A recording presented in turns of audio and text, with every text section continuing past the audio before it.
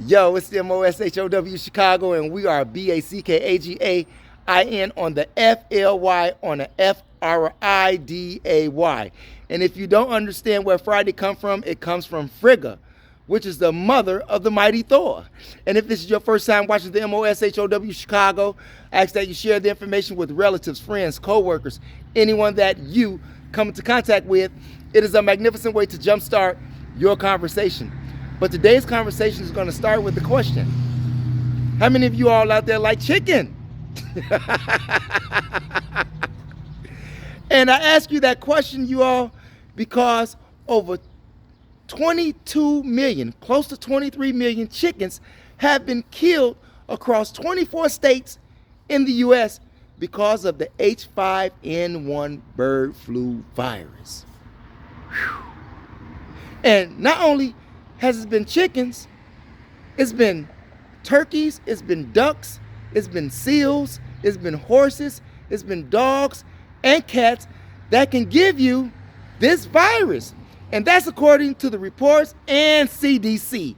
Research it for yourself, okay? Now, the first case of a human, a resident in the U.S. to get this bird flu virus is an inmate at one of Colorado's correctional facility. And how did he catch the bird flu virus being an inmate? Well, a county by the name of Monroe County in Colorado had got the outbreak of the bird flu virus from Foster Farms poultry farm, where they raise chickens. And when Monroe County got that outbreak, they hired the inmates to come in and help them to kill the chickens. Over 60,000 were euthanized over there at Foster Farms. And like I said, over 22 million, close to 23, have been killed because of the outbreak.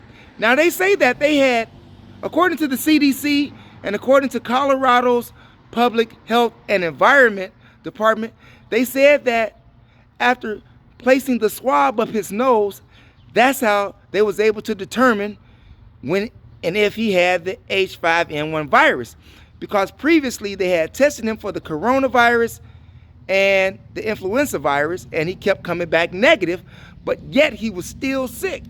And they say that this can be very detrimental to your body. So at this present time, they're giving him antibodies to get rid of the virus, and thus far, it is working. And the CDC says that it is a very low risk that people in the U.S. have to worry about this virus. But you know that when the CDC says don't worry about it, you need to worry about it. I'm just saying. Now, not only have this person in the U.S. had it or got it, one person over in the UK have had it as well. But needless to say, you all need to watch out for them chickens, especially if you like them. Joe Biden, sounds like you knew what you were talking about. Food shortages. Now, I have to ask a question with that, because it always seemed to me that the government seemed to know something before you do, but by the time you know, it's too late. And on top of that, could the government be the ones who are making the food shortages? That's just a question. I don't know, but I'm asking you the question, and it's something for you to think about. Look at the people over in China. The shelves are empty in Shanghai because of the coronavirus. So now people in America have to worry about less chickens being on the shelves because of the H5N1 virus. Hey, it's more to come. The game has just started. The game has just started, you all, so be prepared. Stock up on you some food.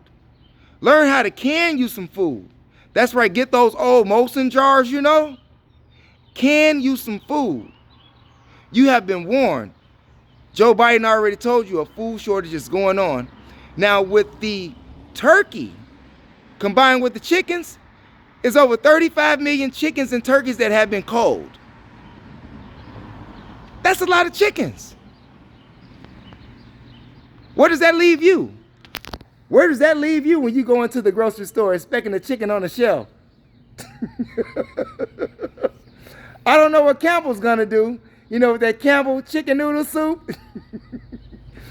Hey, maybe it'll be a recall on that because they just recalled some ground beef from having E. coli. So be careful what you eat. Meat is not prescribed for your body. I'm going to say that again. Meat is not prescribed for your body. In fact about it, many people from medical experts and medical documents and medical research, which you can go research for yourself, just Google, right? Most people have developed cancers in their body because of the food that we're eating. It's poisonous. Hey, I can remember back in the 70s, back in the early 80s, and even the 60s, you didn't have people dying from food. Dying from food. Food is supposed to give you nutrients, protein, you know, and all of that good stuff. But now it is the reverse. Food that we're actually consuming now is killing us versus giving us life. Something to think about, you all. Put that in your Rolodex. It's your brother, the THEMOSHOW Chicago on the FLY.